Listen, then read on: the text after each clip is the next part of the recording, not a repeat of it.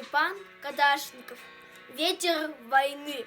Как было много тех героев, чьи неизвестны имена, навеки их взяла с собою свой край, неведомый война. Они сражались беззаветно, патрон последний берегли. Их имена проносит ветром, печальным ветром той войны. Порой слышны на поле боя через десятки мирных лет: «Прикрой меня! Прикрою, Коля!» И вспыхнет вдруг ракеты свет. А Коля в этом тихом поле лежит, не встанет никогда.